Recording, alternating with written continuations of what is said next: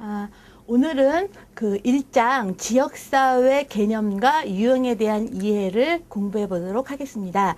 이 장에서 중요한 학습 목표는 우리가 지역사회의 개념을 이해하는 데 있어서 기능적인 지역사회와 지리적인 지역사회는 무엇인가 이것을 이해하는 것이고요. 그 다음에 지역사회의 개념이 지리적인 의미에서 또는 기능적인 의미에서 그 다음에 공동체, 가상 공동체로까지 확대되는 범위를 여러분들이 이해하시면 좋겠습니다. 그래서 오늘 그 1장을 이제 수업을 하게 될 텐데요. 일단 지역사회는 무엇이냐 라고 했을 때 여러분들은 지역사회를 어떻게 생각하고 계시는지 한번 물어보고 싶습니다.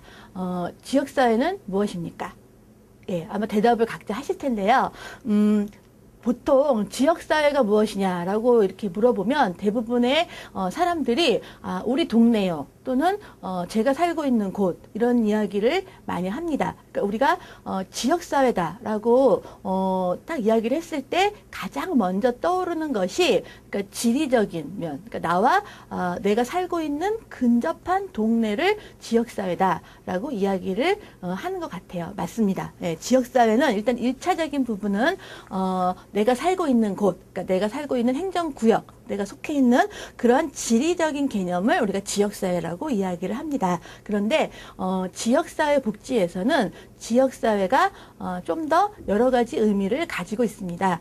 사회가 발전을 하면서 지역사회의 개념이 발전을 했다라고 볼 수가 있죠. 여러분 교재를 보시면 지역사회는 일정한 지리적인 구역을 전제 조건으로 하는 일정한 지역사회에 사는 사람들의 집합체, 이것을 지역사회다라고 이야기를 한다고 되어져 있습니다. 그런데 거기에 보면 우리가 영어로 커뮤니티라고 이야기를 하는데 이 커뮤니티라는 의미에는 공동체라는 뜻이 있습니다. 그러니까 우리가 지역사회는 단순히 한 공간에 같이 살고 있다. 이것이 지역사회라고 하기보다는 거기에 공동체라는 의미가 포함이 된다. 라는 것을 이해를 하셔야 될 것 같습니다. 그러니까 공동체라고 하면 그냥 단순히 우리가 지리적으로 같은 동네에 살고 있다 해서 우리가 진정한 의미의 지역사회다라고 이야기하기는 조금 어렵다는 거죠.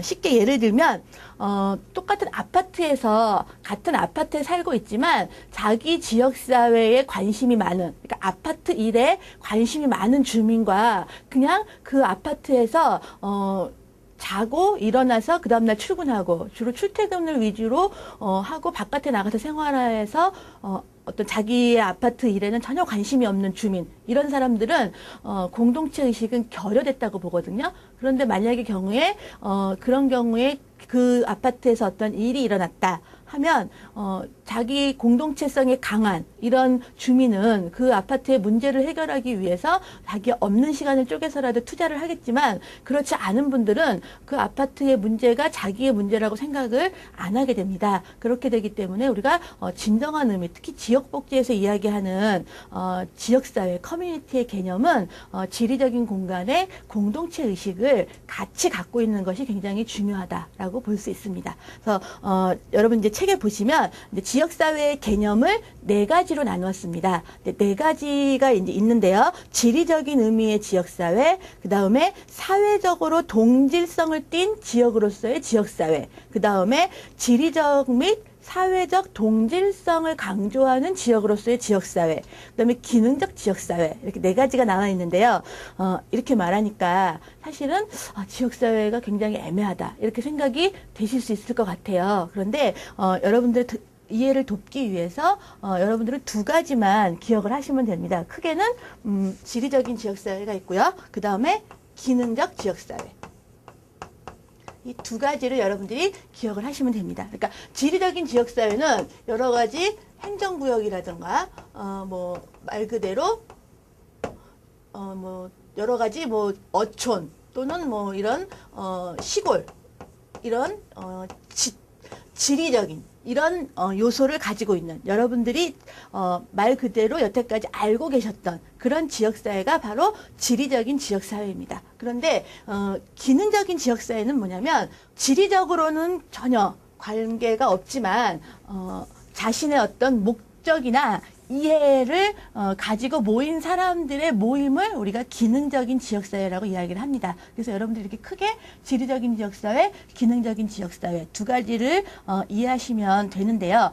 현대사회로 갈수록 지리적인, 그러니까 전통적인 지역사회의 중요성은 약화가 되고 기능적인 지역사회의 중요성이 부각되고 있습니다. 그러니까 기능적인 지역사회 예를 들면 회사원들이 어떤 그 회사 끝나고 자기 업무가 끝나고 스트레스를 풀기 위해서 어떤 볼링 동호회를 한다거나 이것도 하나의 스트레스를 풀기 위한 그리고 볼링을 좋아하는 사람들이 모이는 그런 모임이 바로 이제 동호회 모임인데 이러한 동호회 모임이 대표적인 기능적인 지역사회입니다. 그리고 또 우리가 장애인 부모연대라든가 또는 소비자 보호연대 이런 것들도 많은 시민들이 모여서 하나의 목표를 이루기 위해서 예를 들면 장애인 부모연대의 목표는 장애인 자녀들의 어떤 교육권 확보라든가 이런 것들을 국가에 요구해서 자신들의 목표를 이루기 위해 모인 그러한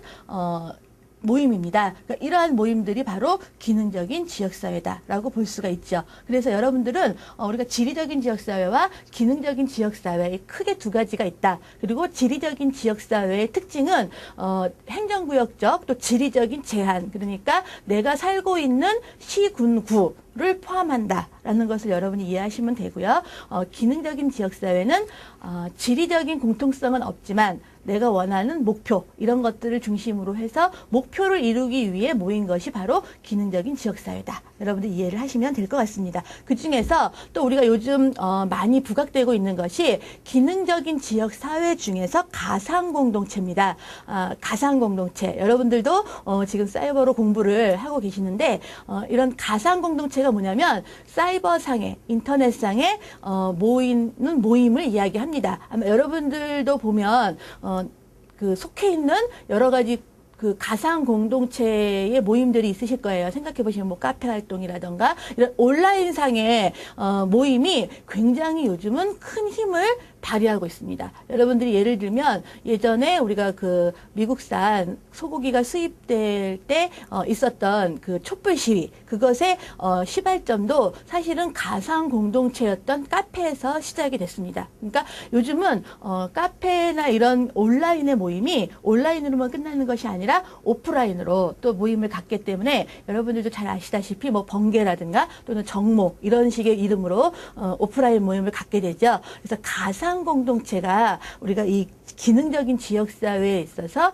현대인들에게 굉장히 중요한 역할을 하고 또 현대인들의 어떤 역량을 강화시키는데 또 문제를 해결하는데 굉장히 중요한 역할을 한다라는 것을 여러분들 이해해 주셨으면 좋겠고요. 가상공동체는 기능적인 지역사회에 포함이 된다 하는 것을 여러분들 이해하셨으면 좋겠습니다. 예, 그러면 여태까지는 우리가 이제 지역사회라는 개념은 무엇인가 해서 지리적인 지역사회와 기능적인 지역사회가 있다 이렇게 배웠고요. 이제 두 번째는 지역사회의 그 개념에 대한 두 가지 관점인데요. 요것은 그냥 간단하게 여러분들 이해만 하고 넘어가시면 될 것 같습니다. 첫 번째 관점은 구조적인 관점이 있고요. 두 번째는 사회심리학적인 관점이 있습니다.